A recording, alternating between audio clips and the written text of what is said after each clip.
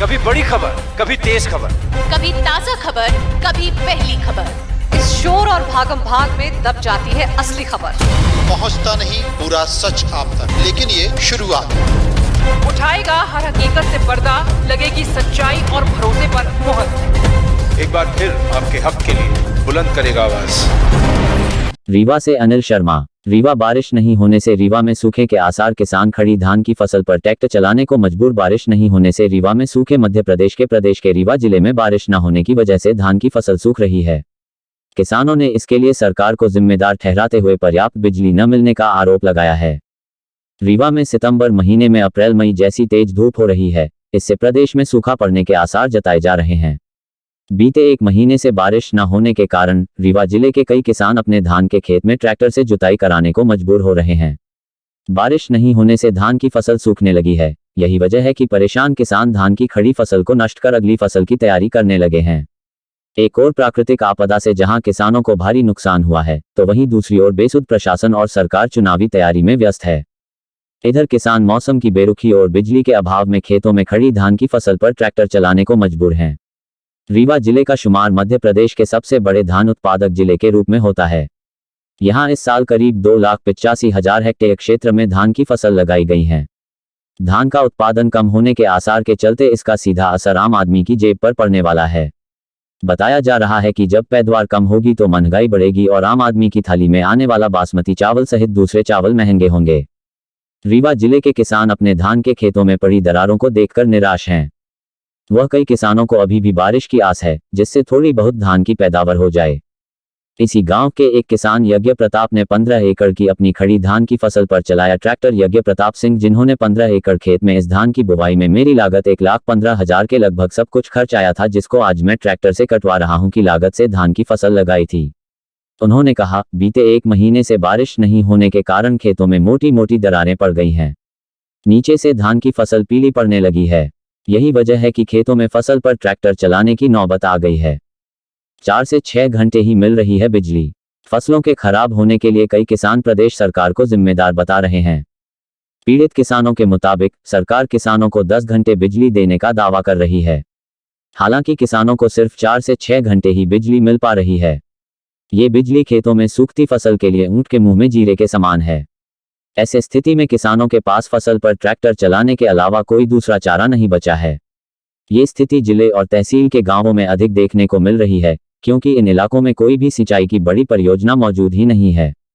रीवा जिले की है, जहां पर आज किसान यज्ञ प्रताप सिंह ने लगभग 15 एकड़ की धान की फसल पर ट्रैक्टर चलवा दिया है। आपको बता दें, यज्ञ प्रताप सिंह मूल रूप से रीवा जिले के देवतालाब विधानसभा अंतर्गत ग्राम कोठी पोस्ट रघुराजगढ़ थाना मंगवा जिला रीवा के मूल रूप से निवासी हैं। हमारे संवाददाता से बात करते हुए बताया कि मैं ये 15 एकड़ की धान की फसल पर ट्रैक्टर चलवा दिया हूं। उसका मेन रीजन है कि समय पर बरसात ना होने के कारण धान पर छिड़काव की जाने वाली घास और कीटनाशक दवाएं धान में कारगर काम नहीं कर पाए, जिसके कारण धान में काफी घास पैदा हो गई थी। यज्ञ प्रताप सिंह ने बताया कि जब से धान की फसल लगाई, जब भी धान की फसल पर दवाई का छिड़काव किया गया तो बरसात बंद हो गई और जो घास की दवा डाली गई वह कारगर रूप से काम नहीं की, जिसके कारण धान में घास ज्यादा हो गई। साथ ही यज्ञ प्रताप सिंह ने बताया कि जिले के अंदर बिजली की सप्लाई बिल्कुल नाम मात्र के लिए होती है। खासकर मनिकाबार सब स्टेशन से अगर बिजली समय समय पर मिलती तो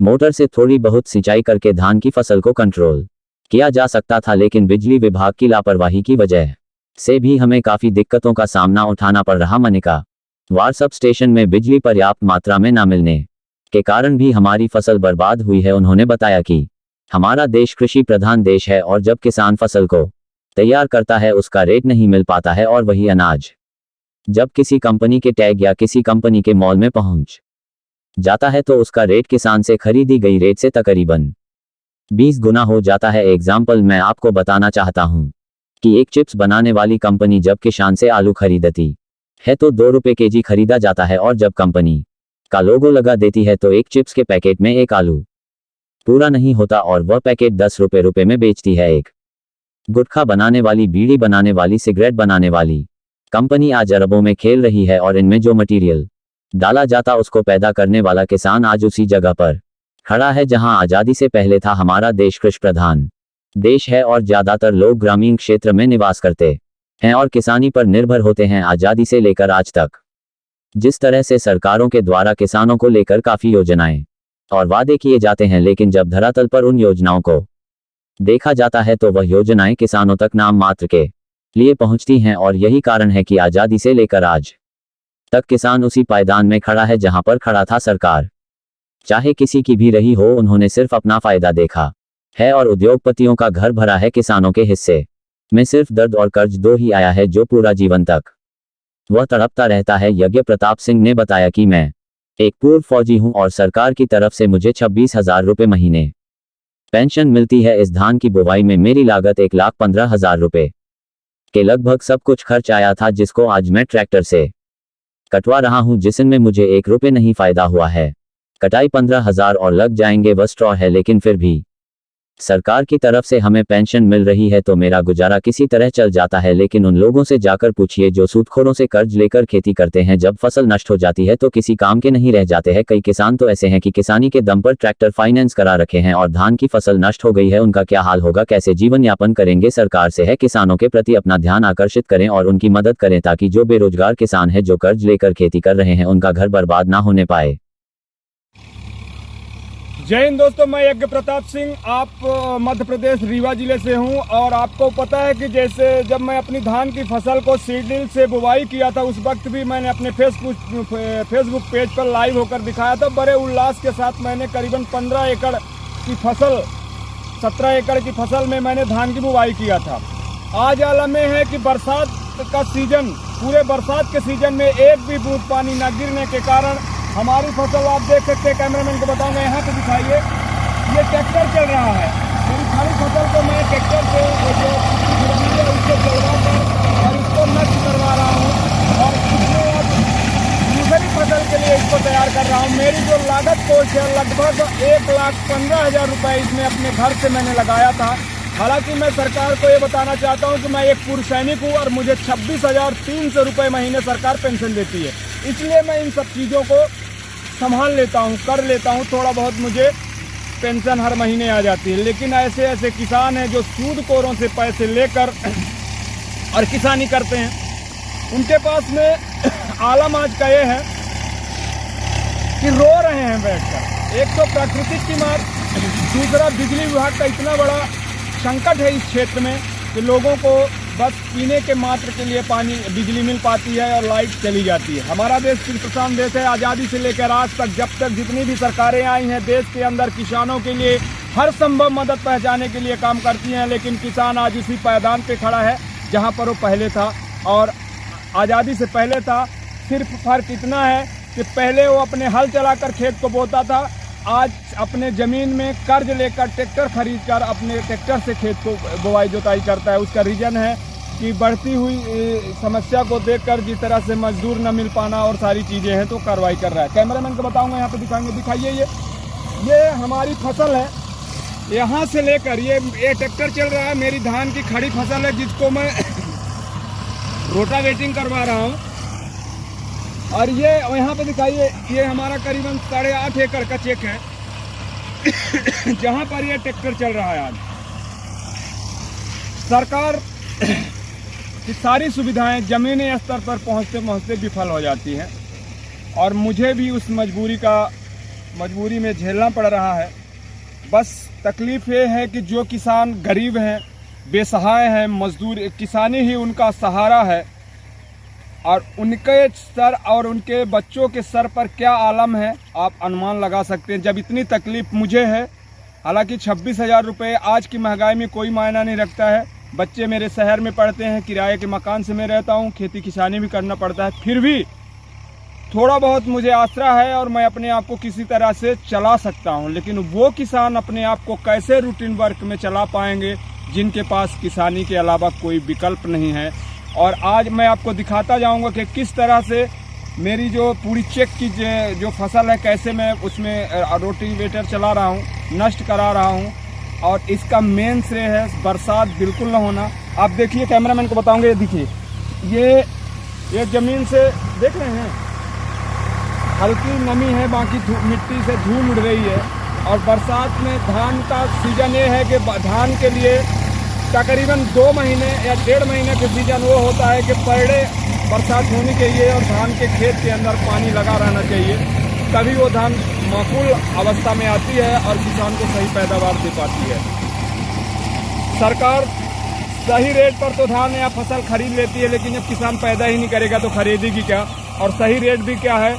एक एग्जाम्पल देना चाहता हूँ कि किसान के खेत में आलू पैदा होता है, वो आलू की कीमत जब वो बेचता है तो 2 रुपये या 3 रुपये में उसको इकट्ठा उसकी आलू बिकती है, या 5 रुपये मान लीजिए। लेकिन वही आलू जब किसी कंपनी के पैकेट में पैक होकर और टैग लग जाता है, चिप्स का रूप धारण कर लेता है, और एक पैकेट में करीबन 1 आलू बराबर पूरा नहीं होता है, वो आधा आलू मार्केट में जब कंपनी के टैक्स से आता है तो 10 रुपये का एक पैकेट बेचता है। तो देख लीजिए कि आप किसान की हालत क्या है। फिर से दिखाएंगे किस तरह से मैं आज फसल को नष्ट कर रहा हूँ।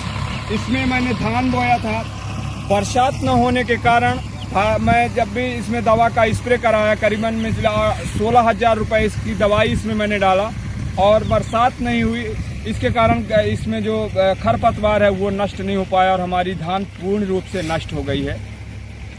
सरकार से मेरा निवेदन है कि अगर आप कुछ कर सकते हैं तो किसानों के लिए करिए, क्योंकि देश का अन्नदाता किसान है। किसान ही एक ऐसा व्यक्ति है जो देश की अर्थव्यवस्था को सुधारता है और गरीब से लेके अमीर के घर तक भोजन पहुंचाने का काम किसान करता है। जय हिंद, जय भारत। बताइए क्या नाम है आपका? इंद्रवली सिंह। इंद्रवली सिंह कहाँ के रहने वाले हैं? कोठी की। क्या स्थिति है इस साल बरसात की, धान की, किसानों की फसल की क्या स्थिति है? अरे धान तो इतना खर्च लगाए हैं, सब खर्च सूखी जा रही है, ट्रैक्टर चल रहे हैं। धान अगर कितनी लागत लग गई होगी आपको धान रोपा से लेके आज तक लगवाने तक, रोपा डालने से लेके आज? 1,63,000 हमारा लगी। 1,63,000 रुपये आपकी लगी हुई है। वो भी आप बेरोजगार हैं, सर्विस करते हैं? हाँ, बेरोजगार, खेती के माथे। खेती के माथे 1,63,000, तो जाहिर सी है कि आपके पास था या किसी से लिए थे? कर्जा है, कुछ रहा, कुछ कर्ज भी लिया। अच्छा, तो ये बताइए कि अभी बरसात बिल्कुल नाममात्र को हो रही है। अरे बरसात एक नहीं हो रही है, सब सूख ही गई।